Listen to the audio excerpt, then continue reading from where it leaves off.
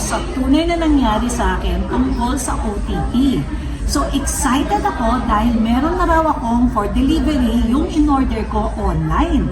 Nakatanggap ako ng OTP, nakatanggap ako ng SMS, sabi niya, i-link ko lang daw to dahil nagkaroon ng konting problema yung delivery. So, i-click ko siya. Sabi ng PhilPost, hindi pa daw niya ma-deliver dahil may konting problema. At dahil i-deliver na, magbabayad ako ng 17.95 pesos. Ako naman, sa sobrang excited na makuha ko yung mga products ko, nag-yes ako. Hiningi niya yung credit card details ko. Nung binigay ko yung credit card details ko, medyo nag-isip ako 17 pesos, PhilPost. Sila ba talaga mag-deliver? Sabi nung in-orderan ko, free delivery.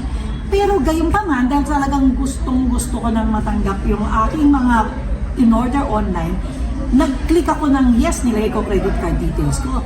Humingi ng OTP. Thank you, Lord, at humingi ng OTP. Pagbasa ko sa OTP, nagulat ako.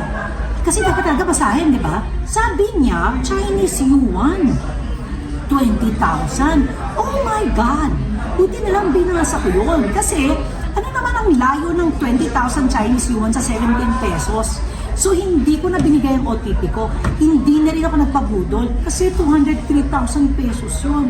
So, mga kaibigan, pag po tayo basta-basta magbibigay ng OTP, maniwala kayo sa akin, lahat pwedeng mabudol. Napakadali lang kasi ang galing-galing talaga nila para talagang legit. Pero hindi legit. So, basahin ng mabuti, tignan ng OTP, tignan yung amount, tignan yung currency versus dun sa in-order nyo bago kayo magbigay ng OTP. Salamat!